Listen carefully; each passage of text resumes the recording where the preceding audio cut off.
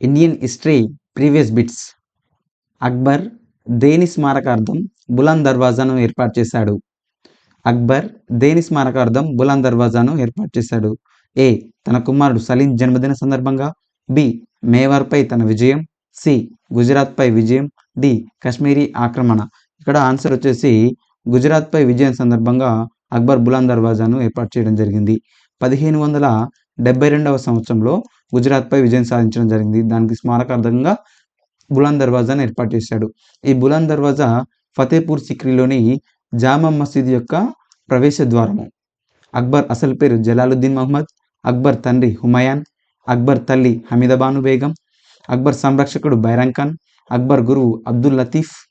1556లో అక్బర్కి మరియు హేముకి మధ్య రెండవ పానిపట్టు యుద్ధంలో హేముని ఓడించి అక్బర్ మొఘల్ సింహాసనాన్ని అధిష్ఠించడం జరిగింది. 1562లో బానిసత్వాన్ని రద్దు చేశాడు.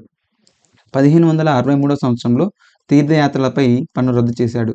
1564 సంవత్సరంలో జిజియా పన్ను అనే మత పన్నుని రద్దు చేయడం జరిగింది. 1571లో రాజధానిని ఆగ్రా నుంచి ఫతేపూర్ సిక్రీకి మార్చడం జరిగింది.